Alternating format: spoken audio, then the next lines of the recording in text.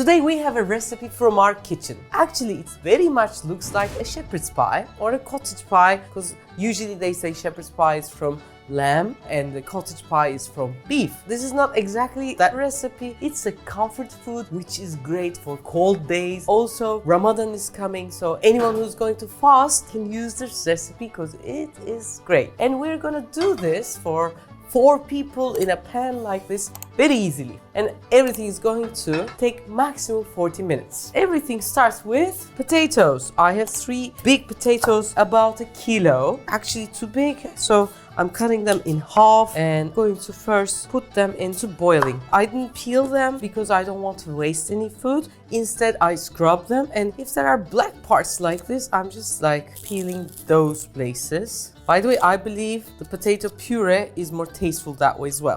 So, put them all in. I have to put cold water. Why cold water? To balance the cooking time. Otherwise, the outside cooks too much and gets excess water. A bit of salt. Turn on the heat. Okay, this is going to come to boil. After it comes to the pressure, 10-12 minutes later, it's going to be ready. Meanwhile, I'm going to make the bottom of the pie. I have here half a kilo of mincemeat. I first put the mincemeat, then 2 big onions. Usually they put less, but this is the Refika difference. It makes the meat tastier and increases the amount of meat actually. A small tip, always put a salt when you add something new to the dish. Now we have the meat and the onion, and when I add other things, I'm also gonna add some salt. I dice my carrots and add them in, add my peas, add my corn, if we have. It could be dried, it could also boiled. It becomes a really nice mixture. Almost the ingredients are ready. Normally they put Worcestershire sauce, and I have a mock-up for that. And it's molasses, a bit of vinegar, and some garlic. I put all of them together and mix the whole thing, and it's going to be ready for the herbs. We have some hotness, some red pepper,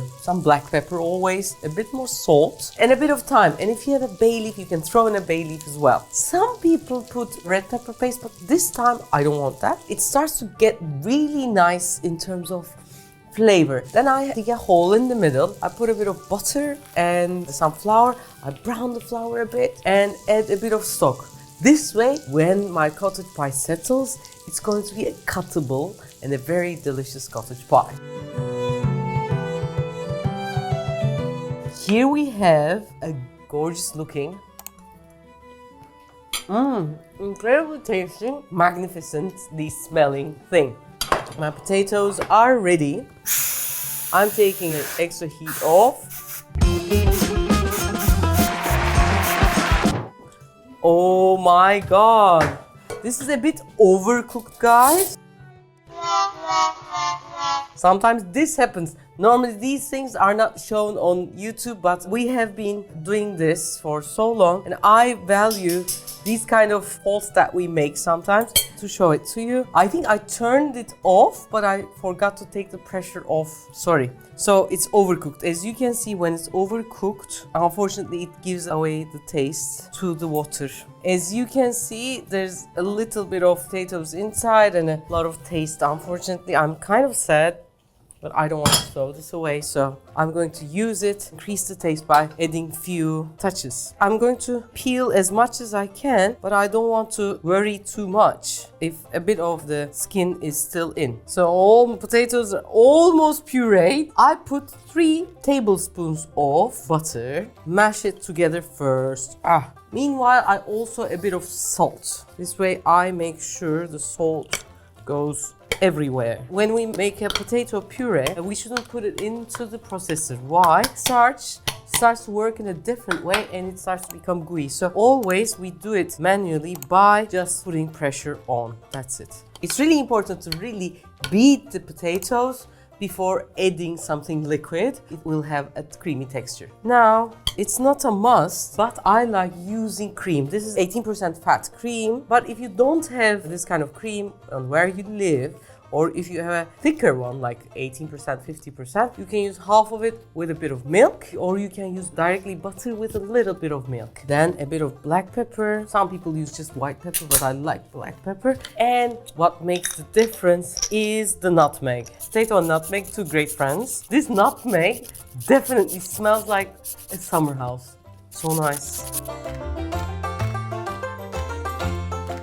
So, this is almost done. Have a taste.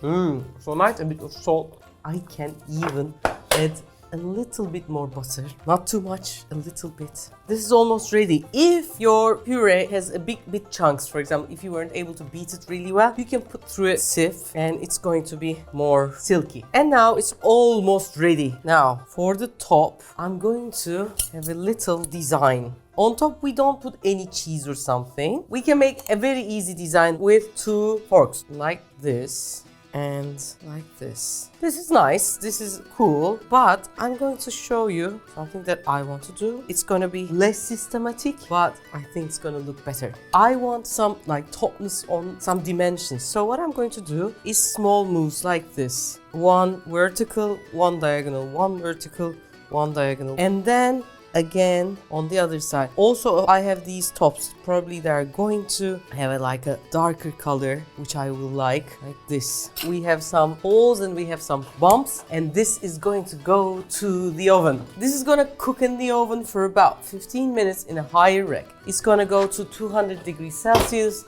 without the fan. Then I'm going to change it to the grill mode, 240 degrees for about 10 minutes, and it's gonna be ready to serve. By the way, when it's gonna be getting ready to eat, I would like to share when I first heard about the shepherd's pie. It was probably in France, Jennifer Aniston. Anyone is a Friends fan? No one here. You guys, you tell me. She has no idea about cooking, and then she starts to make a shepherd's pie or trifle, but she does it from a magazine. In the middle, the pages have stuck, so she starts with a trifle and then finishes as a shepherd's pie. That was the first time my introduction to trifle and shepherd's pie, both of them. So I was trying to improve my English. Those were the days. Anyways, it's going to be ready to eat and it's going to be incredible. When it gets directly out of the oven, don't eat it immediately. Wait for a while, let it settle, and then after 10 minutes, cut it and serve it, and it's going to be amazing.